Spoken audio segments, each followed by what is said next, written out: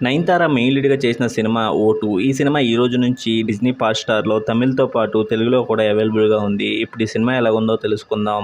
ఈ లోపల మీరైతే వీడియోని లైక్ చేయండి. ఛానల్ కనుక సబ్స్క్రైబ్ చేసుకోకుండా చూస్తున్నట్టయితే సబ్స్క్రైబ్ కూడా చేసుకోండి.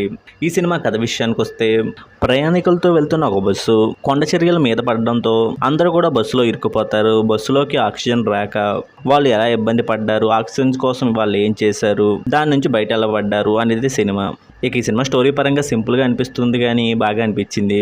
ఇక సినిమా స్క్రీన్ ప్లే విషయానికి వస్తే, సినిమాని స్టార్ట్ చేయడం సింపుల్గానే స్టార్ట్ చేశారు. బస్సులో ప్రయాణించే ప్రయాణికుల క్యారెక్టర్లని ఇంట్రడ్యూస్ చేయడానికి ఎక్కువ టైం తీసుకోకుండా సింపుల్గా ఇంట్రడ్యూస్ చేసేసారు. అది బాగా అనిపించింది.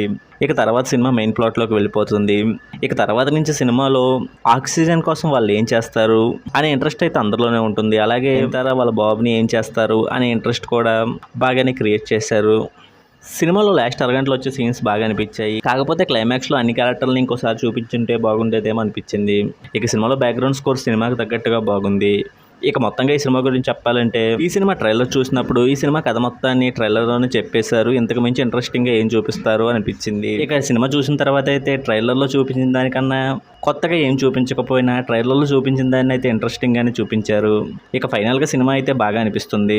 ఇక సినిమా చూసే ముందు ఒకసారి ట్రైలర్ చూస్తే సినిమా ఎలా ఉంటుందో అర్థమవుతుంది. అలా అర్థమైన తర్వాత సినిమా చూస్తే సినిమా బాగా అనిపిస్తుంది. ఇక వీడియోని క్లోజ్ చేసే ముందు వీడియోని లైక్ చేసి ఛానల్ని సబ్స్క్రైబ్ చేసుకోకపోతే సబ్స్క్రైబ్ కూడా చేసుకోండి.